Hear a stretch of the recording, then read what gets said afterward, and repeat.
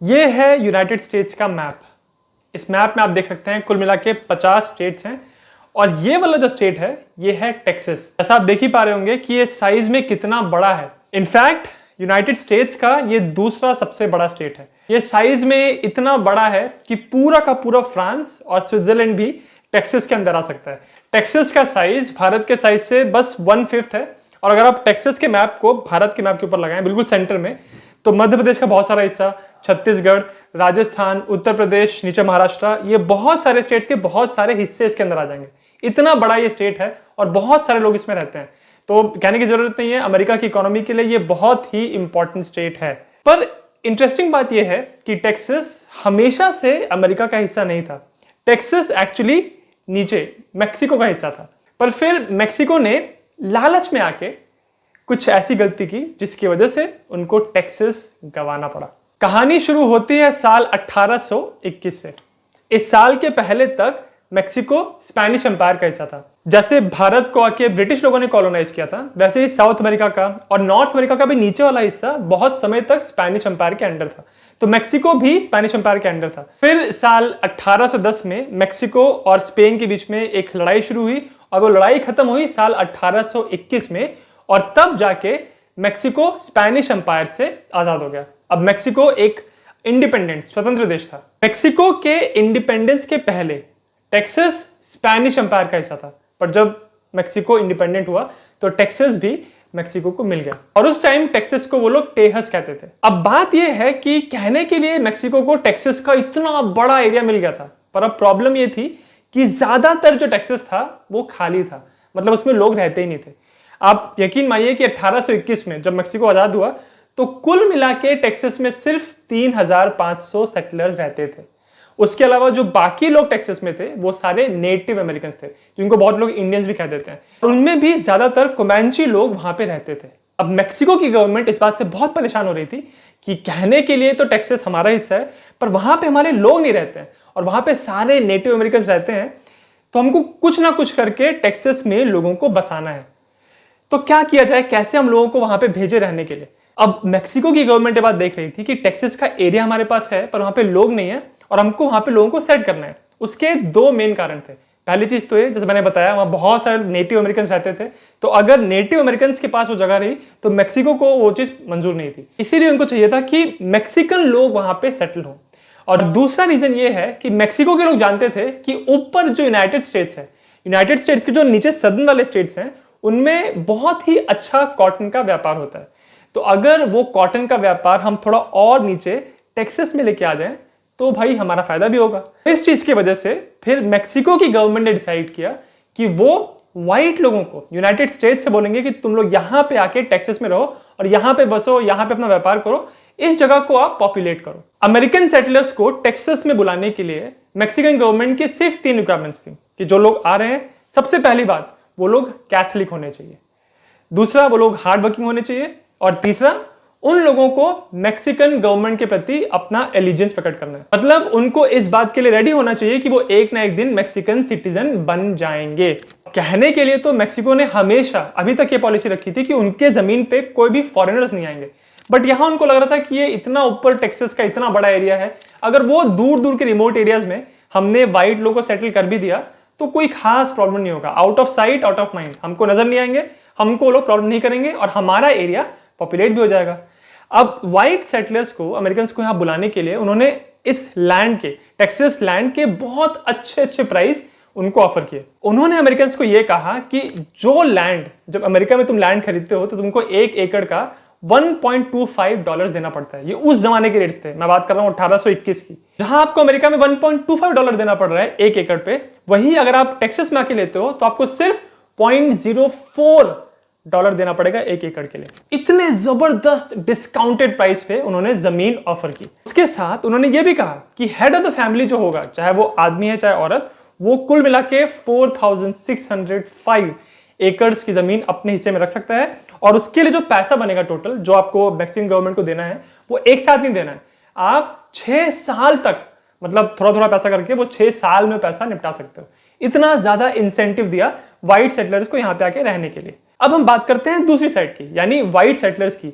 America के जो southern state थे, जो नीचे की तरफ के स्टेट थे, वो ये देख रहे थे कि हमारी अक्सर क्रॉप फेल हो जाती है, हमको बहुत लोन देना पड़ता है, तो हमारी जो ज़मीन है वो सरकार जब्त कर लेती है। और दूसरी तरफ यहाँ हमको मैक्सिकन गवर्नमेंट ऑफर कर रही है कि आप टेक्सास में आके ज़मीन लो तो बहुत सस्ती ज़मीन मिलेगी। उसके साथ साथ एक और बहुत बड़ा फायदा था टेक्सास में मूव होने का।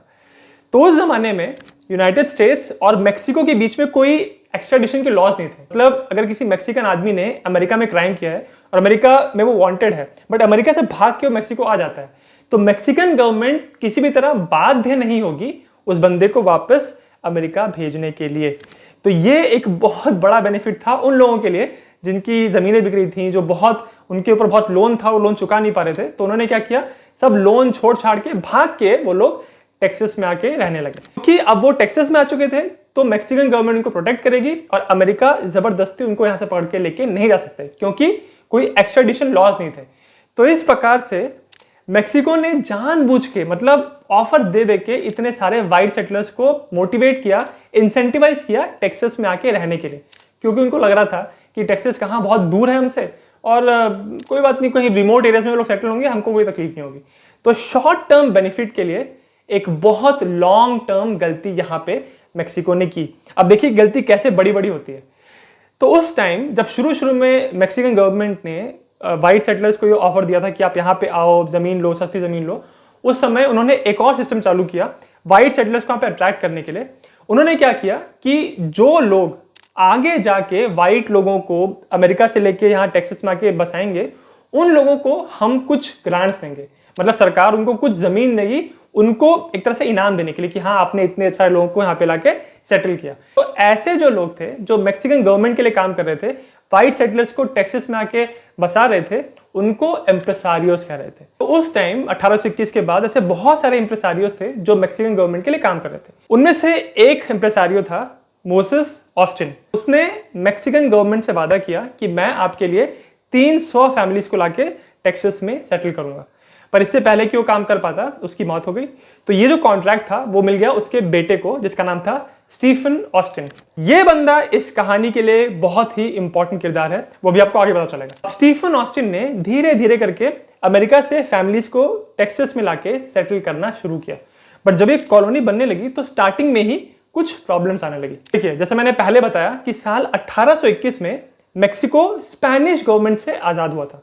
तो 1821 के टाइम टेक्सास के जो लॉज थे वो ज्यादातर वही थे जो स्पेनिश एम्पायर के थे। बट फिर साल 1824 में मेक्सिको ने एक नया कॉन्स्टिट्यूशन लिखा और उस कॉन्स्टिट्यूशन के अंदर कुछ ऐसे लॉज थे जो वो लॉज नहीं थे जो स्पेनिश एम्पायर के लोगों ने लगाए थे। अब यहां सबसे बड़ी प्रॉब्लम ये थी कि जो ये नया कॉन्स्टिट्यूशन था उसमें एक लॉ ये था कि ये टेक्सास में जो लोग आके रह रहे हैं वो लोग अपने साथ स्लेव्स को यानी गुलामों को नहीं ला सकते। ये एक बहुत बड़ी प्रॉब्लम थी उन सेटलर्स के लिए जो यूनाइटेड स्टेट्स से आ रहे थे। क्यों?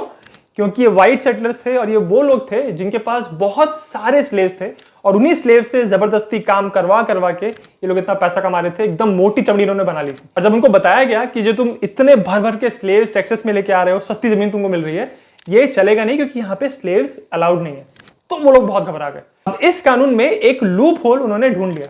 इसमें ऐसा था कि अगर फैमिली स्लेव्स हैं उनको आप यहाँ पे लाके बेच सकते हो। तो फिर जो सेटलर्स आ रहे थे वो अपने साथ साथ सारे फैमिली स्लेव्स बना के लोगों को लाने लगे और यहाँ टेक्सास में उनकी खरीद फरोख्त करने लगे। तो इस प्रकार ये जो स्लेव्स का बिजनेस था ये टेक्सास में भी चालू रहा। उसके कुछ साल के बाद फिर मैक्सिकन गवर्नमेंट को समझ में आ गया कि इन्होंने ये लूपहोल निकाल लिया है और ये लोग तो स्लेव्स की खरीद फरोख्त कर रहे हैं। तो उन्होंने स्लेव्स के ट्रेड पे और स्लेव्स को खरीदने बेचने पे पूरी तरह बैन लगा दिया। और उसके बाद ऐसी अफवाहें सुनने में आने लगी कि अब मैक्सिकन गवर्नमेंट एक ऐसा कानून लाने वाली है जिससे सारे स्लेव्स को आजादी मिल जाएगी टेक्सास के अंदर। अब ये बात देख के वाइट सेटलर्स परेशान, क्योंकि वो सारा जो इतना पैसा कमाया था उन्होंने और इतने मोटे हो रखे थे वो सारा उन्हीं स्लेव्स की मेहनत पे होकर रखे थे। तो उनको बिल्कुल बर्दाश्त नहीं था कि उनके स्लेव्स उनसे ले लिए जाएं। तो फिर इस आने वाले कानून से बचने के लिए इन वाइट सेटलर्स ने क्या किया, इनके जितने भी स्लेव्स थे सारे अनपढ़ होते थे, उनसे जबरदस्ती एक कॉन्ट्रैक्ट पे साइन करवा लिया। उस कॉन्ट्रैक्ट में लिखा था कि मैं अपने वाइट मालिक का इंडेंचर्ड सर्वेंट हूं और मैं उसका सर्वेंट 90 ईयर्स तक रहूंगा। सोचिए 90 साल तक के कॉन्ट्रैक्ट पे उन्होंने साइन करा लिया ताकि अगर ये कानून आए तो वो ये कह सके कि ये मेरा स्लेव नहीं है, ये तो मेरा नौकर है और उसने कॉन्ट्रैक्ट साइन किया होगा। इस तरह से उन्होंने अपने स्लेव्स को प्रोटेक्ट करने की कोशिश की। पर फिर भी जब साल 1829 में ये कानून एक्चुअली आ गया कि अब सारे स्लेव्स आज़ाद होंगे, तब स्टीफन ऑस्टिन जो ये लोगों को लेके आ रहा था, उसने अपने कनेक्शन निकाल के पॉलिटिशियन से बात करके अपने सेटलर्स के लिए एक एग्जेम्पशन ले लिया कि भाई जिन लोगों को मैं लेके आया हूं उनके ऊपर ये कानून लागू नहीं होगा। तो इसीलिए बहुत सारे लोग ऐसा मानते हैं कि स्टार्टिंग के टाइम में स्टीफन ऑस्टिन का एक बहुत बड़ा रोल था स्लेवरी को कंटिन्यू रखने में टेक्सास के अंदर। पर फिर उसके बाद ऑस्टिन की अपनी जेबों पे गाज गिरी। हुआ यह था कि जो शुरू में मैक्सिकन गवर्नमेंट ने कहा था कि जो भी व्हाइट सेटलर्स को इम्प्रेसारियोस यहाँ पे लेके आएंगे, उन इम्प्रेसारियोस को हम जमीन देंगे, तो वहां पे कानून कुछ ऐसा बना कि ये जो जमीन इनको दी जा रही थी इम्प्रेसारियोस को, वो उस जमीन के मालिक नहीं थे। तो इस चीज की वजह से जो ओरिजिनल प्लान था ऑस्टिन का कि ये $0.04 में मैं मैक्सिकन गवर्नमेंट जमीन खरीद लूंगा और उस जमीन को थोड़े से प्रॉफिट पे मैं व्हाइट सेटलर्स को बेच दूंगा, वो प्लान पूरी तरह फेल हो गया। क्योंकि ये इम्प्रेसारियोस को, ऑस्टिन को ये जो जमीन मिल रही थी मैक्सिकन गवर्नमेंट से, उसके वो लोग मालिक नहीं थे। तो इस चीज से ऑस्टिन को बहुत नुकसान हुआ। पर फिर उसने एक दूसरा तरीका निकाला। यह भी मैक्सिकन गवर्नमेंट का एक रूल था कि जितने भी इम्प्रेसारियोस यहाँ पे लोगों को लेके आएंगे, तो हर 100 फैमिलीज को जो उन्होंने सेटल किया, उसके बदले में मैक्सिकन गवर्नमेंट उनको 23,000 एकड़ का लैंड देगी और ये लैंड के वो लोग मालिक होंगे। तो अभी तक ऑस्टिन कुल मिला के 966 फैमिलीज को सेटल कर चुका था। तो इसलिए उसके पास 1,97,000 एकड़ की जमीन थी जिसको वो बेच सकता था। तो इस तरह से ऑस्टिन काफी ताकतवर हो गया था। पर फिर भी वो मैक्सिकन गवर्नमेंट का साथ देता था क्योंकि ऑस्टिन के अलावा और बहुत सारे इम्प्रेसारियोस इस टाइम में सर्व कर रहे थे और कुछ इम्प्रेसारियोस ऐसे थे जो मैक्सिकन गवर्नमेंट के रूल्स को अच्छे से फॉलो नहीं करते थे। तो जब मैक्सिकन गवर्नमेंट उनको डंडा मारती थी तो उनको डंडा मारने में ऑस्टिन भी हेल्प करता था मैक्सिकन गवर्नमेंट की। तो इस तरह से ऑस्टिन ने अपने रिलेशंस मैक्सिकन गवर्नमेंट के साथ बहुत अच्छे रखे थे। पर फिर भी जो इतने सारे व्हाइट सेटलर्स आके टेक्सास में रह रहे थे, उनको धीरे धीरे मैक्सिकन गवर्नमेंट से प्रॉब्लम होने लगी। सबसे पहली बात, मैक्सिकन गवर्नमेंट ने उनको कहा था कि तुमको कैथलिक बनना है, अगर तुम नहीं हो तो तुमको कैथलिज्म में कन्वर्ट करना पड़ेगा। इस बात से पहले तो इन सेटलर्स ने हाँ कह दिया था, पर यहां पे आके वो उस चीज को फॉलो नहीं कर रहे थे। उनको लग रहा था कि कौन इनको पकड़ेगा।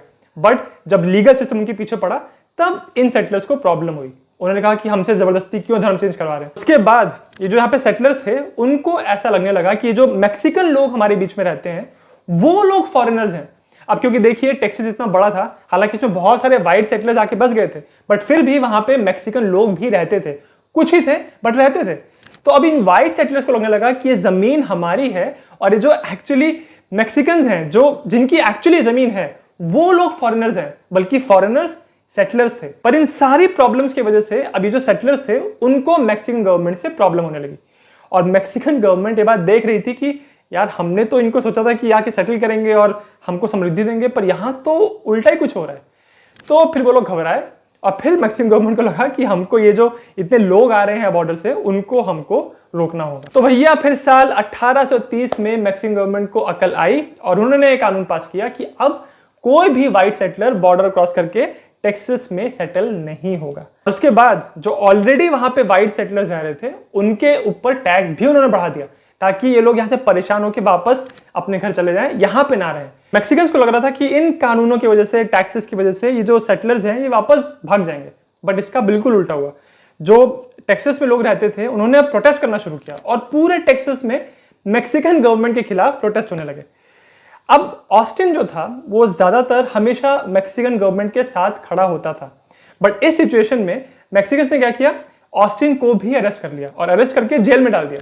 अब जब ऑस्टिन जेल से बाहर आया तो उसने देखा कि भाई टेक्सास का माहौल पूरी तरह बदल चुका है, लोग एकदम क्रांतिकारी हो चुके हैं और मैक्सिकन गवर्नमेंट पूरा एकदम तय कर चुकी है कि यहां से सब लोगों को बाहर निकालना है। अब हालांकि ऑस्टिन ने अभी तक अपने पूरे जीवन में मैक्सिकन गवर्नमेंट का साथ दिया था, पर क्योंकि उसको जेल हो गई थी, वो जेल में सजा काट के आया था, तो बाहर आने के बाद लोगों को उससे सिंपैथी हुई और जितने भी टेक्सास में बड़े बड़े लैंड ओनर्स थे उन सब ने मिलकर एक कन्वेंशन बनाया और उस कन्वेंशन का लीडर चुना गया ऑस्टिन। अब इस कन्वेंशन के अंदर बार बार टेक्सास के लोगों की मैक्सिकन गवर्नमेंट से लड़ाई हुई, पर फिर 1836 में जाके बैटल ऑफ सैन हसिंटो में फाइनली टेक्सास ने मैक्सिको को हरा दिया और यहां पे 1836 में अब टेक्सास को आजादी मिल गई। अब टेक्सास एक स्वतंत्र देश। आप सोच के देखिए कि दो बड़े बड़े कंट्रीज हैं आसपास और बीच में जो एक जगह है उस जगह पे दोनों लोगों की नजर है, तो उस जगह के लोगों की क्या हालत होगी। ये सब कुछ होते हुए ऊपर से यूनाइटेड स्टेट्स देख रहा था। तो उसने जब 1836 में देखा कि टेक्सास आजाद हो गया तो तुरंत उसी टाइम अमेरिका ने इनको अपने साथ नहीं जोड़ा, एनेक्स नहीं किया। क्यों? क्योंकि उनको डर था कि अगर उन्होंने टेक्सास को अपने साथ मिला लिया तो मेक्सिको की गवर्नमेंट अमेरिका पे हमला कर देगी। अब आज यूनाइटेड स्टेट्स दुनिया की सबसे बड़ी इकोनॉमी है, एक बहुत बड़ी वर्ल्ड पावर है और बहुत सारे इंटरनेशनल डिसीजंस में यूनाइटेड स्टेट्स का एक वजन होता है, बहुत उनकी ओपिनियन की बहुत वैल्यू होती है। पर उस जमाने में 1836 में यूनाइटेड स्टेट्स उतना मजबूत नहीं था, तो मेक्सिको से लड़ाई अवॉइड करने में ही यूनाइटेड स्टेट्स की भलाई थी। तो इसलिए उन्होंने उस टाइम कुछ नहीं किया। हाँ, बस ये किया कि 1836 में जब टेक्सास आजाद हुआ था तो उनकी आजादी को इन्होंने ऑफिशियली रिकॉग्नाइज किया कि हाँ, तुम जो कंट्री हो हम तुमको ऑफिशियली मान। उसके बाद लगातार टेक्सास और मेक्सिको के बीच में छोटे छोटे मिलिट्री एंगेजमेंट्स, मिलिट्री एक्शंस होते रहते थे। लगातार इन लोगों के बीच में लड़ाई थी और बहुत टेंशन का माहौल था। और दूसरी तरफ यूनाइटेड स्टेट्स के साथ टेक्सास के बहुत अच्छे रिलेशंस थे। क्यों? क्योंकि टेक्सास की जो इतनी वाइट सेटलर्स की आबादी थी वो ज्यादातर यूनाइटेड स्टेट्स से आए थे, तो बहुत नेचुरल बात है कि उन लोगों की आपस में बनती थी। तो इसी वजह से टेक्सास के लोग भी चाहते थे कि वो यूनाइटेड स्टेट्स के साथ मिल जाएं। तो फिर साल 1844 में अमेरिकन प्रेसिडेंट जॉन टाइलर ने टेक्सास के साथ ये बात करना शुरू किया कि हम तुमको अपने साथ जोड़ लेते हैं, और टेक्सास इस बात के लिए पूरी तरह खुश था। बट प्रॉब्लम ये थी कि जो मेक्सिको के लोग थे वो ये कह रहे थे कि अगर तुमने टेक्सास को अपने साथ जोड़ा, अगर तुमने उसको हाथ भी लगाया तो हम तुमसे लड़ाई कर लेंगे। पर फिर भी जॉन टाइलर को ये था कि टेक्सास को हमको अमेरिका में मिलाना है, तो उन्होंने ये टेक्सास को एनेक्स करने का जो रेजोल्यूशन है अपनी सेनेट में पास किया। बट सेनेट में ये रेजोल्यूशन पास नहीं हो पाया और इस टाइम टेक्सास और अमेरिका का मिलन नहीं हुआ। और ये जो सेनेट में रेजोल्यूशन पास करने की कोशिश की थी, इसको देख के मैक्सिकन गवर्नमेंट भड़क गई और उन्होंने अपने सारे डिप्लोमेटिक रिलेशंस जो थे यूनाइटेड स्टेट्स के साथ उसको पूरी तरह खत्म। हालांकि एक बार जॉन टाइलर इस रेजोल्यूशन में फेल हुए थे, पर फिर भी उन्होंने हार नहीं मानी। उन्होंने फिर से कोशिश की। साल 1845 में फिर से रेजोल्यूशन पास हुआ और इस बार इस रेजोल्यूशन को सेनेट में पास कर दिया। और फिर साल 1845 में अप्रैल के महीने में यूनाइटेड स्टेट्स ने ट्रीटी ऑफ एनेक्सेशन को डिक्लेयर किया और उसी साल के दिसंबर के महीने में, दिसंबर 1845 में अमेरिका और टेक्सास एक हो गए। अब टेक्सास यूनाइटेड स्टेट्स का एक स्टेट था। ऑब्वियस ही बात है कि ये देख के मैक्सिकन्स खुश तो नहीं थे, तो उनकी और यूनाइटेड स्टेट्स की टेंशन बढ़ने लगी और उनमें लड़ाइयां होने लगी। फिर साल 1846 में मई के महीने में अमेरिका ने वॉर डिक्लेयर कर दिया मेक्सिको के। लड़ाई कुछ टाइम तक चली और इसमें मेक्सिको की ही हार हो रही थी। और फिर 1848 में फरवरी के महीने में यूनाइटेड स्टेट्स और मेक्सिको के बीच में एक ट्रीटी ऑफ मेक्सिको साइन हुई, जिस ट्रीटी के अंतर्गत मेक्सिको को वॉर के पहले उनके पास जो पूरी जमीन थी उसमें से 55% हिस्सा यूनाइटेड स्टेट्स को देना पड़ा। उसके बदले में यूनाइटेड स्टेट्स ने कुल मिला के $15 मिलियन दिए मेक्सिको। उसके अलावा यह भी डिसाइड हुआ इस ट्रीटी के अंदर कि मैक्सिकन गवर्नमेंट पे जो उधार था $3.25 मिलियन का, जो कि टेक्सास के लोगों के पास था, वो उधार अब अमेरिकन गवर्नमेंट चुकाई। तो इस तरह से आप देखिए कि $15 मिलियन में, और अगर आप वो लोन वाला भी जोड़ना चाहते हैं तो $18.5 मिलियन में यूनाइटेड स्टेट्स को टेक्सास तो मिला ही, उसके साथ और बहुत सारी टेरिटरीज जिसमें आज के टाइम के यूएस के कैलिफोर्निया, न्यू मैक्सिको, एरिजोना और भी कुछ स्टेट्स के हिस्से आते हैं। इतना बड़ा एरिया यूनाइटेड स्टेट्स को मेक्सिको से मिल गया। अगर ये नहीं हुआ होता तो आज कैलिफोर्निया, टेक्सास, एरिजोना ये सब मेक्सिको का हिस्सा होते। तो आप देखिए कि 1821 में मेक्सिको स्पेनिश एम्पायर से आजाद हुआ था। सिर्फ 27 साल के गैप में इतना बड़ा नुकसान उनका हो गया। और इसका जो मेन कॉज है, जो मेन रीजन कहा जाता है, वो यही कहा जाता है कि उन्होंने ऐसा क्यों किया कि टेक्सास में सेटल करने के लिए उन्होंने व्हाइट सेटलर्स को बुलाया। बहुत सारे लोग आज भी ये मानते हैं कि वहीं से ये सारी प्रॉब्लम की शुरुआत हुई। मैक्सिकन गवर्नमेंट को ये करना चाहिए था कि अगर उनको उन एरियाज को पॉपुलेट करना ही था, वहां पे लोगों को सेटल करना ही था, तो उन्होंने व्हाइट सेटलर्स को इंसेंटिवाइज क्यों किया? उनको अपने ही लोगों को, मैक्सिकन्स को, जो बाकी मैक्सिको के शहर में रहते, उनको और इंसेंटिवाइज करना चाहिए था, उनको और पैसा देना चाहिए था और लालच देना चाहिए था ताकि वो जाके वहां पे सेटल हो जाए। इनफैक्ट आज भी कंट्रीज ऐसा करती हैं। अगर उनको अपने कंट्री का कोई बहुत सुनसान सा एरिया है उसको अगर पॉपुलेट करना है तो अपने लोगों को वो इंसेंटिवाइज करती है कि वहां पे जाके रहो। यहां तक कि यूनाइटेड स्टेट्स भी अपने लोगों को पैसा देता है अगर वो अलास्का के स्टेट में जाके रहें, क्योंकि अलास्का बहुत बड़ा स्टेट है और वहां पे बहुत कम लोग रहते हैं।